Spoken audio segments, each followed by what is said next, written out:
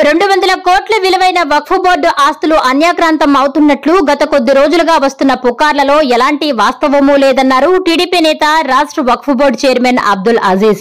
నెల్లూరులోని జామియా మసీదుకు సంబంధించిన 13 ఎకరాల 33 సెంట్లుగా ఉన్న స్థలంలో టీడీపీ నాయకులతో కలిసి ఆయన సందర్శించారు. ఈ సందర్భంగా అబ్దుల్ అజీజ్ మీడియాతో మాట్లాడుతూ పూర్వీకుల నుండి వస్తున్న మసీదులకు సంబంధించిన వక్ఫ్ ఆస్తులు ఆక్రమణలకు గురికాకుండా రక్షణ కల్పించాలంటూ చంద్రబాబు ప్రభుత్వం నిర్ణయం తీసుకుందని తెలిపారు.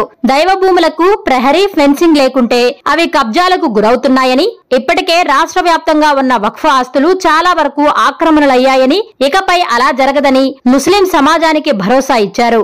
మసీదు స్థలాలను కాపాడడం ప్రభుత్వంతో పాటు ప్రతి ఒక్క ముస్లిం బాధ్యత అని అన్నారు. జామియా మసీదు భూమి భద్రత కోసమే దాన్ని శుభ్రపరిచి ప్రహరీ వేస్తున్నామని స్పష్టం చేశారు వక్ఫ్ బోర్డు చైర్మన్ అబ్దుల్ అజీజ్. ఆంధ్ర రాష్ట్రం మొత్తం 67,000 ఎకరాలు వక్ఫ్ భూములు పెద్దలు, పూర్వీకులు, నవాబులు, పెద్ద మనసు ఉండే ఈ యొక్క రిలీజియస్ లీడర్స్ వఫ్ చేయడం జరిగింది. వఫ్ అంటే భగవంతుని పేరు మీద ఇవ్వడం. వఫ్ అనగానే ఓనర్ వచ్చి దేవుడు.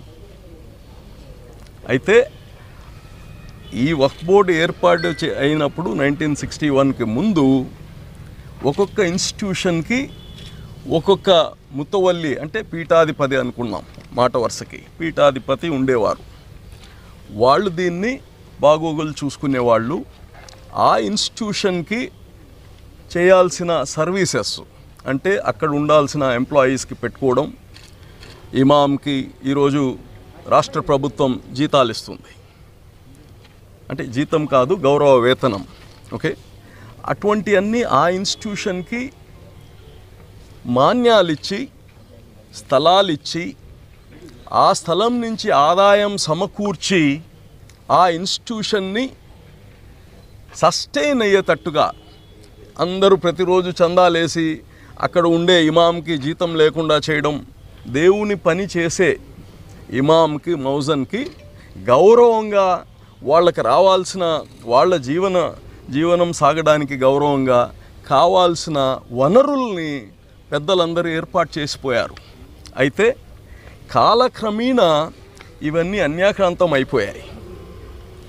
ఈరోజు ముఖ్యమంత్రి చంద్రబాబు నాయుడు గారి యొక్క ఆదేశాల మేరకు, మా మంత్రి ఎన్ఎండి ఫరూక్ గారి యొక్క ఆదేశాల మేరకు ఈ రాష్ట్రంలో ఉండే ఏదైతే ఖాళీగా ఉన్నాయో, లిటికేషన్ లేకుండా లీగల్ బ్యాటిల్స్లో లేనటువంటి స్థలాల్ని ముందుగా కాపాడుకోవాల్సిన అవసరం ఉంది. కాపాడుకున్న స్థలాన్ని అభివృద్ధి చేసి అక్కడి నుంచి వచ్చిన ఆదాయం తీసుకొని పేద ముస్లిం సమాజంలో, పేద ముస్లిం బిడ్డల కోసం, పేద ముస్లింల యొక్క వాళ్ళ జీవన శైలి మార్పు రావడం కోసం ఈ యొక్క మహానుభావులు ఇచ్చిన ఆస్తులన్నింటినీ వనరులు తయారు చేయాల్సిన బాధ్యత ఒక వక్ఫ్ బోర్డుది మాత్రమే కాదు, ప్రభుత్వంది మాత్రమే కాదు, సమాజంలో ఉండే వాళ్ళందరూ కానీ దీంట్లో భాగస్వామ్యం కావాలి.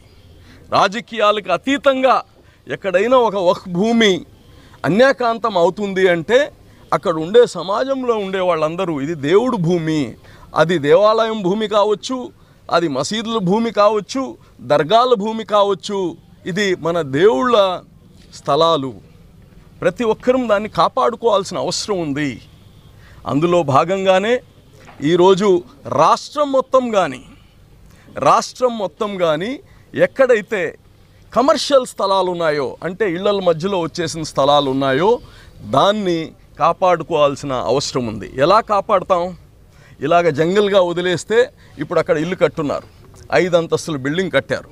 వాళ్ళు ఈ యొక్క స్థలం ఏదైతే ఇప్పుడు మనం ఉన్నామో ఇది వచ్చి జామియా మస్జిద్ శిఖరంవారి స్ట్రీట్కి సంబంధించిన ఇమాం యొక్క మాన్యం, ఇది ఇమాం సర్వీస్కి.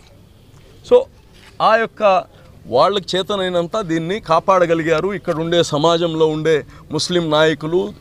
ఇప్పుడు 5 అంతస్తుల బిల్డింగ్ వచ్చేసింది, ఇప్పుడు సర్వే చేయిస్తే అది లోపల వచ్చేసింది. ఎందుకు వచ్చేసింది? ఆ రోజు ఒక కంచేసి ఉంటో లేకపోతే దానికి ఒక ప్రహరీ గోడ కట్టేసి ఉంటే ఎవరు లోపలికి రారు. మన సొంత ఆస్తి అయితే ప్రహరీ గోడ కట్టుకుంటాం. ఈరోజు లోపల వచ్చేసింది. ఈ 5 అంతస్తుల బిల్డింగ్ని పడగొట్టలేము, తీయలేము. దీన్ని ఇంకా ఇది మనకు ఒక భారం. దీన్ని రిజాల్వ్ చేయాలంటే ఇంకో 20 సంవత్సరాలు అవుద్ది లీగల్ లిటిగేషన్. సో ఇలాగా దీనికి ఇప్పుడు ఈ 13 ఎకరాల 35 సెంట్లకి ఇక్కడ వచ్చి చూస్తే కంప్లీట్ జంగల్ వచ్చేసింది. ఇక్కడ స్థానిక ఎంఆర్ఓతో మాట్లాడాము. అలాగనే వక్ఫ్ బోర్డు సిబ్బందిగాని వచ్చారు, వక్ఫ్ బోర్డు నుంచి సర్వేయర్స్ వచ్చారు, ఎంఆర్ఓ ఆఫీస్ నుంచి సర్వేయర్స్ వచ్చారు. దీన్నన్నిటినీ సర్వే చేసి మాకు ఐడెంటిఫై చేశారు. ఆల్మోస్ట్ ల్యాండ్ కంప్లీట్గా ఉంది. 1-2 దగ్గరలో కొంతమంది లోపలికి ఎంక్రోచ్ అయి ఉన్నారు. దాన్ని ఎలా చేయాలనేది అది నెక్స్ట్ స్టెప్. అయితే ఇప్పుడు మేము చేయబోయేది ఏంటంటే దీన్ని ముందర క్లీన్ చేసి మన హద్దులు ఎక్కడున్నాయి, దీనికి అవసరమైతే ఒక ప్రహరీ గోడ కట్టాలనేది ఒక నిర్ణయించాం. ఇప్పుడు ప్రహరీ గోడ 13.5 ఎకరాలకి కట్టాలంటే ఒక 30-40 లక్షలు అవుతుంది.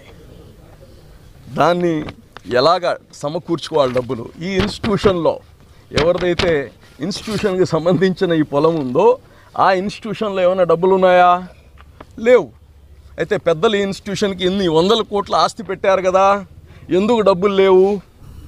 మీకు కొన్ని షాపింగ్ కాంప్లెక్స్ ఉంటే పక్కన అంగడ్లు 20,000 అద్దె ఇస్తే మీ యొక్క ఈ మసీద్ యొక్క షాపింగ్ కాంప్లెక్స్లో 2,000 ఇస్తారు.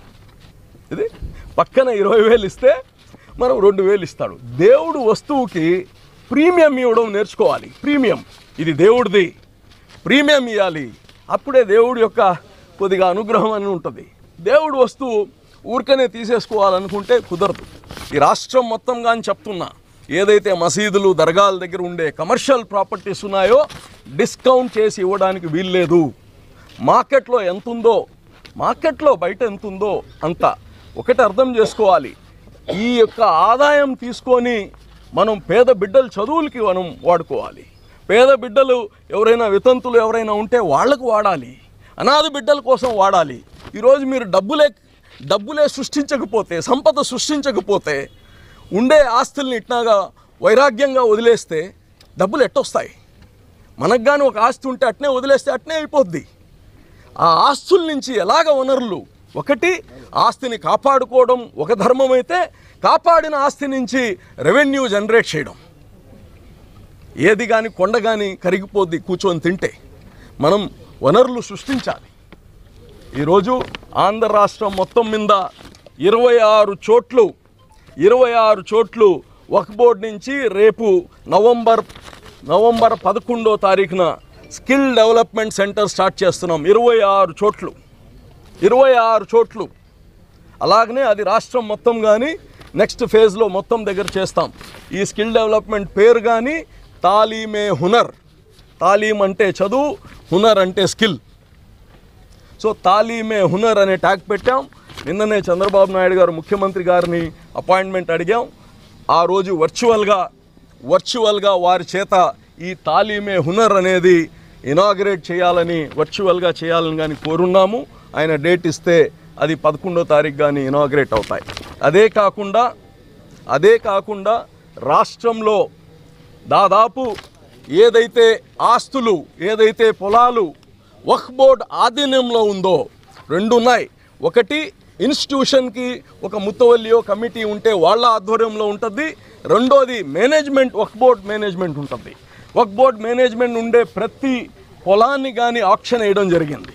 గతంలో ఆఫీస్లో పిలిచి ఇచ్చేసేవాళ్ళు, లేదా ఎవరైనా రాజకీయ నాయకులు చెప్తే ఇచ్చేసేవాళ్ళు. అలా కాదు, ఈరోజు ప్రతిదీ కానీ ఆక్షన్ వేస్తున్నాం. ఆ ఆక్షన్ కానీ సీల్డ్ టెండర్ కాదు, ఈ ఆక్షన్ వేస్తున్నాం. ఈ భారతదేశంలో ఎక్కడ కూర్చొని కానీ మీరు ఆక్షన్లో పార్టిసిపేట్ చేయొచ్చు. ఈరోజు వచ్చే పొలంలో వచ్చే ఆదాయాలు ఏదైతే వక్ఫ్ బోర్డుకు ఉందో దాన్ని డబల్ చేయడం జరిగింది ఈ ఒక్క సంవత్సరంలో. వక్ఫ్ బోర్డుకు వచ్చే ఆదాయం 2 రెట్లు పెంచాం. ఇది అంతా సమాజంలో ఉండే మంచి వాళ్ళ యొక్క సహకారంతో చేయగలిగాం. ఈరోజు ఇక్కడ 13.5 ఎకరా ఏదైతే ఉందో దీనికి ఎవరికి ఇవ్వట్లేదు. దీనికి ఏం చేయాలో నెల్లూరులో ఉండే పెద్దలు, నెల్లూరులో ఉండే రిలీజియస్ లీడర్స్తో, నెల్లూరులో ఉండే రాజకీయ నాయకులతో, అలాగనే నెల్లూరులో ఉండే కలెక్టర్తో, వీళ్ళందరితో మాట్లాడి దీన్ని ఏం చేయాలనేది ఫేజ్ 2లో మాట్లాడతాము. ఇక్కడ ఉండే సమాజంలో ఉండే అందరి యొక్క కోరిక మేరకు ఇక్కడ ఏం మంచి పని చేస్తే సమాజానికి పనికొస్తుందో అది చేస్తామని కానీ తెలియచేస్తున్నాం. చాలామంది దీని గురించి ఏమైపోతుందో అని ఆందోళన పడారు. మంచిదే, ఆందోళన పడాల్సిందే. ఎందుకంటే తెలవాలి, దేవుడు స్థలం ఏమవుతుంది అనేది తెలవాలి. అయితే వచ్చిన రోజే ఇక్కడ అధికారులందరూ ఇక్కడ సర్వే చేసేటప్పుడు మీడియాకి అందరికీ చెప్పారు ఏమని, దీన్ని సర్వే చేస్తున్నాము, దీనికి ప్రహరీ గోడ కట్టే ఆలోచనలో ఉన్నాము, దీన్ని క్లీన్ చేసి లాక్ అండ్ కీలో ఒక గేట్ పెడతాము, దీన్ని కాపాడుకోవడానికి అని చెప్పాం.